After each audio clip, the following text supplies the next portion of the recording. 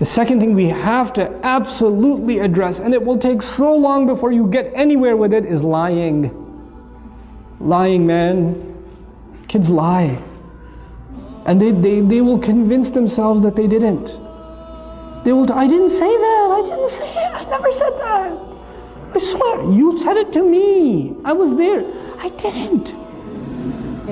I recorded it. Here's the video. I didn't say it. I swear I didn't. They'll watch the video and say I didn't do it. They did not. You know why that happens? It happens because the first time they lied, and they actually admitted that they lied. Oh, ho, ho, ho, ho, ho, ho, كأنه يوم القيامة. Like, you lied in my house? So now, first you said, please tell me the truth. What did you actually say? And they finally said it, and then you came down with the axe.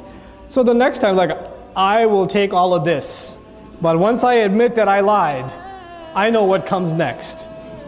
You know, I am not doing that again. I am not admitting to this crime again. Because pleading guilty in this house does not work out for you. You got to stop that first. You cannot punish. You cannot punish extra for something that happened that's already made you angry. So the mother is angry because the child lied. Or because the child did something bad. Then she's angry because he lied about it. Then she's angry because she's like, tell me the truth, I'm giving you one last chance. One last chance. I'm going to ask you one last time. Even though she's going to ask 6 more times. But she says one last time. Tell me, and this is the only time I'm going to ask. I'm not going to ask again. Did you do it? No. Okay, I'm going to ask one last time. Before I tell your father, one more time. I didn't do it, I didn't do it, I didn't. And he'll go to bed, he'll cry, he'll wake up, I didn't do it, I didn't do it. He'll stick to it. And you're like, how do I deal with this? And you said, I know you did it. I know you did it. You're making me even more angry. And you get angry, and he gets more defensive. And you get angry, and he gets more defensive. And at the end of the day, you start pulling out your hair. The husband comes home, I don't know what to do with this one. He lied. And you're like, you lied? No, it starts over again. How do we have to deal with this? We have to take those situations, and sometimes you just believe them, even though you know they're lying. I believe you because I trust you. You wouldn't lie to me. You promised last time you wouldn't lie, so I trust you. And the other kid's like, but I trust him. You're fine. You're not in trouble. And let him get away with a lie 3 or 4 times. Guess what's going to happen? Children are not inherently evil. Children are inherently good. Their nature is goodness. So when they do something bad and you don't punish them for it, then they have an opportunity to ask their conscience.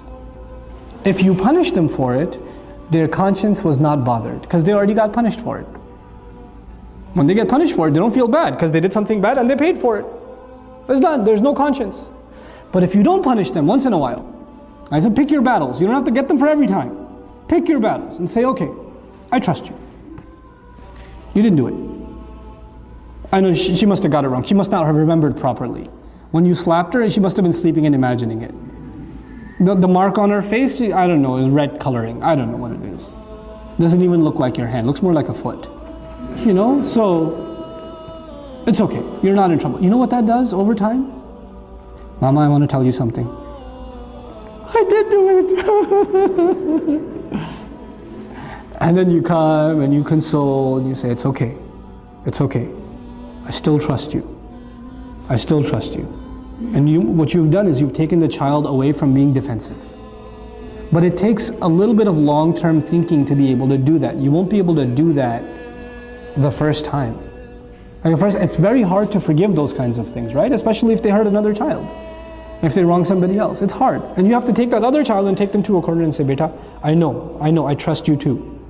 I'm not angry at you either. And I know they did something wrong. But you don't have to be happy if they get punished. That's the other thing. One child gets happiness only when the other one gets punished. And they get so used to Abba. She pulled my ear the other day. They just came back from Scotland, my family. And when the little one came to me and said, you know, Api, she pulled my ear one day. I was like, when? I don't know. One of the yesterdays. I was like, what do you want me to do? He goes, punish her. I was like, will that make you happy? Uh-huh.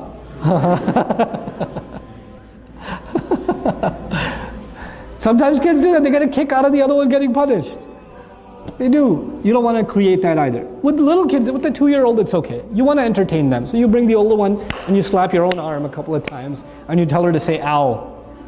You know, and she says, ow, ow, it hurts. And then, you happy now, Walid? Yeah. That's cool. But with older kids, when they get happy when the other one gets punished, that's a problem. That's a punishable offense. That itself is a punishable offense. Why are you happy? What do you get out of that? You know? That's something we have to address with our children. So there are 2 things so far. Tantrums, lying. Lying. And lying, it's a long-term process. You don't get lying out of somebody's system right away. Especially because they don't even see it as lying anymore. They just see it as saving themselves. And kids, when they lie a lot, you know what happens? They actually start believing it themselves.